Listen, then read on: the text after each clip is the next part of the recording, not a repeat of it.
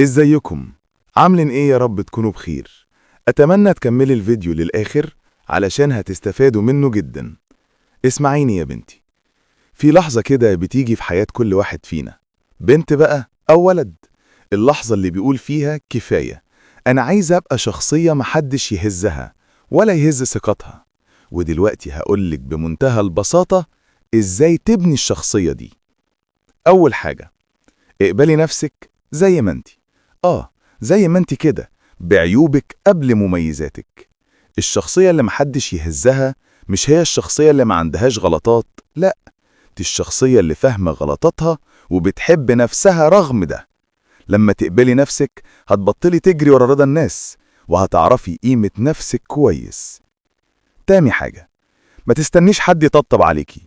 والله الحياة مش دايما فيها حد يسندك، وده طبيعي. سندة الإنسان الحقيقية جواه. اوعي تتوقعي إن حد هيجي يشيلك من على الهم، لا، لكن تقدري انت تشيلي نفسك، تقومي تنضفي دموعك وتكملي. تالت حاجة، اعرفي امتى تقولي معلش لا. ايوه، كلمة لا دي هتريحك من ناس كتير. ناس بتستغلك، ناس بتقلل منك، ناس بتدخل في حياتك زي ما يكون ليهم وصاية عليكي. لا، انتي ليكي حدود، واللي يغلط فيها يبقى ملوش مكان حواليكي. رابع حاجة، ما تعلقيش سعادتك بحد. اللي يشيلك يوم ممكن ينزلك يوم تاني، واللي يقولك كلام حلو ممكن يوجعك بكلمة بعدها. لكن لما تكوني واقفة على رجليكي محدش يقدر يوقعك.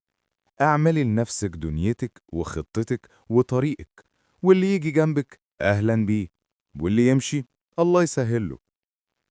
خامس حاجة، ما تكبريش غلطة وما تصغريش نفسك. اللي بيعمل غلطة يتعلم منها. ما تقعديش تلومي نفسك 100 مرة على غلط حصل، كلنا بنغلط.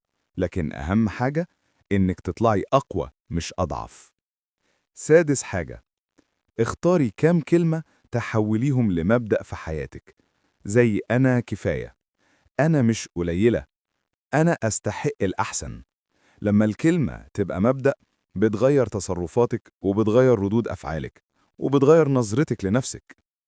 سابع حاجة، افتكري إن الشخصية القوية مش بتتنكر ولا بتتجود. الشخصية القوية هادية، ما بتزعقش، ما بتتهزش، ما بتجريش ورا حد. الشخصية القوية بس بتشوف وتسكت وتقرر، بتاخد خطوة لقدام وخطوتين لو بعدت، هتحافظ على كرامتها. وفي الآخر